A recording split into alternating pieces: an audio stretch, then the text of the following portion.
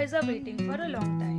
It will be a series of tutorial videos for wardrobe gift box, and today we will show you the making of folding dress card. So without wasting much time, let's make it.